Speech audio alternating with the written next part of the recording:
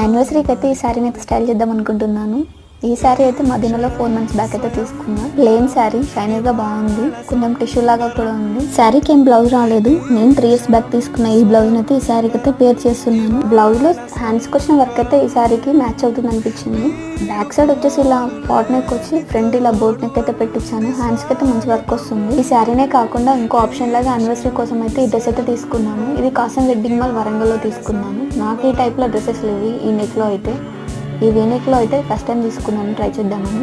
Dress సింపుల్గా నీట్గా భలే ఉంది. ఈ కలర్ కాంబినేషన్ అయితే నాకు నచ్చింది, sky blue and white. Dupatta అయితే ఇలా హెవీగా వచ్చింది, బాటమ్ అయితే సింపుల్గానే వచ్చింది. ఈ 2 ఆప్షన్లు ఏది బెటర్ ఆప్షన్ చెప్పండి.